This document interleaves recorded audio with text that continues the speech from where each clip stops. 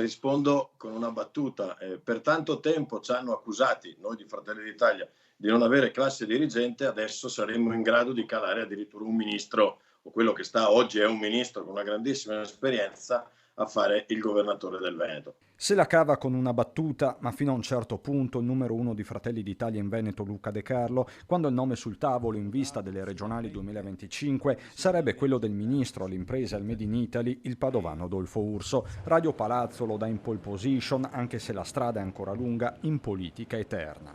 Io credo che Urso sia un grandissimo ministro e tra l'altro molto concertato sulle questioni nazionali, e lo ha detto lui stesso: sono concentrato su questo, non ho tempo adesso per queste cose, anzi. È chiaro che prima c'è più di un nodo da sciogliere, la questione del terzo mandato per Luca Zaia, i rapporti non sempre idilliaci, soprattutto in Veneto, tra Lega e Meloniani. Non so se tocca a noi o se toccherà ad altri. Io credo che noi abbiamo il dovere di far crescere una classe dirigente che, nel caso ci fosse un accordo tra tutte le forze politiche e gli alleati, per cui la miglior persona per il dopo Zaia sia una di Fratelli d'Italia, non vedo perché potremmo precluderci. Abbiamo fatto un ottimo risultato alle politiche, stiamo lavorando bene in tanti comuni e soprattutto al governo. Abbiamo il dovere di essere pronti. Ma che la corsa sia già iniziata e non da oggi lo dimostrano vari segnali anche dall'opposizione. De Carlo in questo caso è tranchant. Vedo l'autocandidatura di Crisanti e quindi capisco che